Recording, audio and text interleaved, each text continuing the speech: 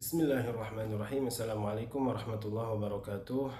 Para mahasiswa yang sangat saya sayangi dan sangat saya banggakan, pada mata kuliah filsafat hukum Islam di pertemuan kita kali ini kita akan membahas tentang filsafat hukum Islam dan ruang lingkupnya, di mana kita akan memahami hakikat, perkembangan, pertumbuhan, dan juga objek kajian daripada filsafat hukum Islam itu sendiri. Baik, untuk pengantar filsafat hukum Islam akan kita sajikan dengan beberapa poin sebagai berikut. Yang pertama, bahwasannya tujuan dan manfaat hukum Islam adalah agar hukum Islam dapat dikaji secara mendasar sampai pada hal yang paling mendasar di dalam pembahasan hukum Islam itu sendiri. Karena hukum Islam diyakini oleh umat Islam sebagai hukum yang bersumber pada wahyu Allah Subhanahu wa taala, di mana pemahaman dan penafsiran terhadap sumber hukum Islam meniscayakan adanya penalaran yang sangat sistematis dan logis. Para pakar hukum dalam memahami naskah Al-Quran dan hadis terus menggali dan menemukan hukum yang berakar di masyarakat. Memahami tujuan ditetapkannya hukum Islam sama pentingnya dengan memahami nas Al-Quran dan Al-Hadis. Oleh karena itu, peran akal dan wahyu dalam menetapkan hukum Islam merupakan kajian utama dalam filsafat hukum Islam itu sendiri. Baik, untuk hakikat filsafat hukum Islam kita akan mendefinisikan sebagaimana disebutkan di dalam literatur-literatur lainnya, literatur-literatur yang berkaitan dengan filsafat hukum Islam, di mana falsafah berasal dari bahasa Yunani, yaitu filosofia, yang terkonstruksi dari dua suku kata, philos atau philia dan juga sophos, di mana philos itu dapat diartikan sebagai cinta persahabatan, sedangkan sophos berarti hikmah, kebijaksanaan, pengetahuan, keterampilan, pengalaman praktis, dan intelijensia. Sehingga filosofia dapat diartikan sebagai cinta kebijaksanaan atau kebenaran. Sedangkan hukum Islam adalah seperangkat peraturan berdasarkan wahyu Allah dan sunnah Rasulullah tentang tingkah laku manusia mukallaf yang diakui dan diyakini berlaku dan mengikat untuk semua umat manusia yang beragama Islam. Adapun filsafat hukum Islam itu sendiri dapat kita artikan bahwasannya sebuah pemikiran secara ilmiah, sistematis, dan dapat dipertanggungjawabkan. Atau dengan kata lain, filsafat hukum Islam adalah pengetahuan tentang hakikat rahasia dan tujuan hukum Islam, baik yang menyangkut materi maupun proses penetapannya. Baik, untuk setelah kita mengetahui apa itu yang disebut dengan hakikat hukum Islam, kita juga harus mengetahui bagaimana pertumbuhan filsafat hukum Islam itu di dalam sejarah agama Islam. Diriwayatkan bahwasanya Rasulullah SAW pernah memerintahkan salah seorang sahabat beliau yang bernama Muaz bin Jabal untuk menjadi hakim di negeri Yaman. Ketika sahabat Muaz bin Jabal ingin berangkat ke negeri Yaman, Rasulullah SAW sempat bertanya kepada sahabat tersebut, "Wahai Muaz, apabila terjadi sebuah perkara yang engkau hadapi di Yaman sana, apakah yang akan kau gunakan dalam memutuskan sebuah hukum?" Kemudian beliau menjawab, "Saya akan menggunakan kitabullah, kitabnya Allah."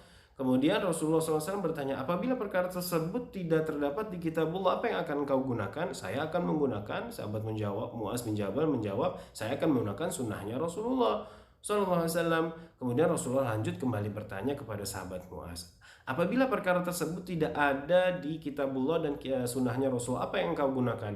Kemudian sahabat Muaz bin Jabal dengan tegas menyatakan bahwasanya saya akan berijtihad dengan pikiran atau nalar saya dan saya tidak akan mundur atau putus asa daripada hal tersebut.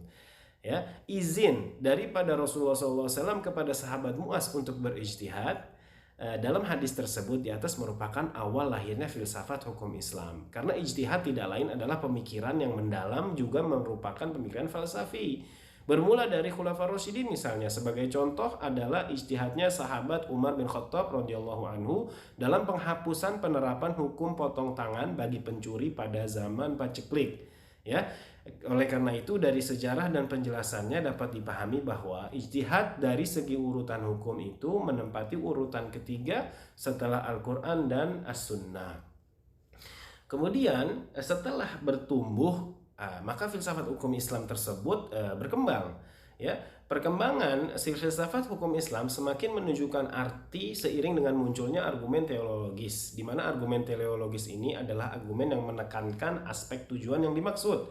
Karena kajian filsafat hukum Islam menjadi semakin penting karena setiap aturan hukum Islam selalu mengedepankan aspek tujuan di mana syariat Islam itu sendiri menciptakan kemaslahatan bagi umat manusia. Seperti kajian maqasidus syariah yang telah dilakukan oleh para ahli usul fikih terdahulu. Ya, para ahli usul fikih itu misalnya tokoh-tokohnya adalah di sini kita sebutkan yang pertama kali atau yang bisa disebut pertama kali orang yang mencetuskan maqasidus syariah adalah Al-Imam Al-Juwaini radhiyallahu anhu, di mana beliau mengelompokkan al-aslu atau tujuan hukum menjadi 3 kelompok, yaitu daruriyat, hajiat, dan makramat atau tahsiniyat.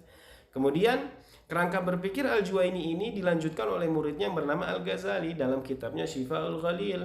Ya, demikian pula Abu Hasan Al-Basri dari kalangan Mu'tazilah dalam pandangannya tentang illah, terutama ketika pembahasan tentang qiyas tersebut. Ya. Sedangkan buku yang spesifik ditulis mengenai filsafat hukum Islam itu ditulis oleh seorang pembaharu dari India yang bernama Syah Waliullah bin Ibrahim bin Wajiuddin Al-Umairi Ad-Dahlawi dalam bukunya yang berjudul Hujjatullahil Balighah.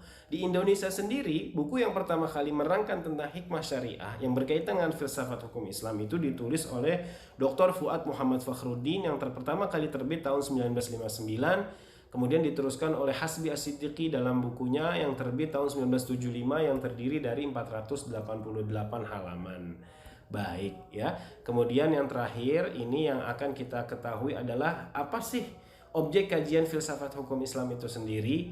Karena pembahasan filsafat hukum Islam tidak terlepas dari persoalan ontologi atau epistemologi hukum Islam, yakni berupa sumber dan cara memperoleh sumber hukum Islam. Begitu juga aksiologi, yakni nilai, tujuan, dan penerapan hukum Islam itu sendiri. Itu adalah sebuah objek kajian dalam filsafat hukum Islam. Oleh karena itu, para ahli usul fikih telah mewujudkan falsafatut tasyri' sebagai sumber-sumber hukum. Begitu juga para ahli fikih telah berusaha menyingkap falsafatul hukum dari materi-materi hukum itu sendiri. Ya.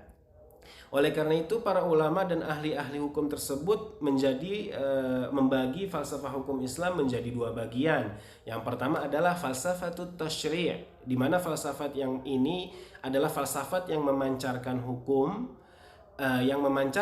Islam atau menguatkannya dan memeliharanya, di mana falsafat ini bertugas membicarakan hakikat penetapan petujuan hukum Islam yang dapat dibagi menjadi yang pertama adalah daimul ahkam atau dasar-dasar hukum Islam, yang kedua adalah mabadiul ahkam atau kebenaran yang inheren, yang ketiga adalah usulul ahkam, pokok-pokok hukum Islam, kemudian maqasidul ahkam, tujuan-tujuan hukum Islam, dan yang terakhir adalah qawaidul ahkam atau kaidah-kaidah hukum Islam. Pembagian falsafat yang kedua adalah falsafatus syariah, di mana falsafat ini adalah falsafat yang diungkapkan dari materi-materi hukum Islam daripada ibadah, muamalah, jinayat, uqubat, dan sebagainya. Di mana filsafat ini juga bertugas untuk membahas hakikat dan rahasia hukum Islam tersebut dengan bahasa yang antara lain adalah seperti asrarul ahkam atau rahasia hukum Islam, khosaisul ahkam atau ciri-ciri khas hukum Islam, atau mahasinul ahkam atau keutamaan hukum Islam, atau tawabi'ul ahkam atau karakteritis hukum Islam. Baik, itulah materi yang dapat saya sampaikan, dan materi yang terakhir ini akan saya jadikan tugas yang akan dilakukan oleh para mahasiswa yang saya cintai dan saya banggakan sekalian, untuk kalian buat sebuah makalah di dalam kelompok yang akan nanti dibagi sesuai dengan urutan nomor presensi. Itu setiap kelompok akan membahas falsafah hukum Islam yang dapat dibagi menjadi 2 bagian ini, akan menjelaskan, menelaah, kemudian mendiskusikan sama anggota kelompok apa yang dimaksud dengan falsafatut tasyri', kemudian falsafatut syariah, dan bagian-bagiannya atau bahasa-bahasanya yang tadi kita sebutkan. Semoga dapat dipahami dengan jelas materi dan juga tugas yang barusan saya sampaikan. Nanti dengan lembar kerja mahasiswa yang akan saya share kepada ketua kelas, mudah-mudahan dapat dipahami juga. Apabila ada yang tidak jelas, silahkan ditanya. Boleh lewat kirim pesan kepada saya langsung, atau dikumpulkan pertanyaan-pertanyaannya di ketua kelas, dan nanti kita akan bahas di pertemuan kita yang selanjutnya. Itulah yang dapat saya sampaikan. Semoga bermanfaat. Salam sehat, salam semangat. Semoga semuanya dapat melaksanakan tugas-tugas dengan baik dan benar.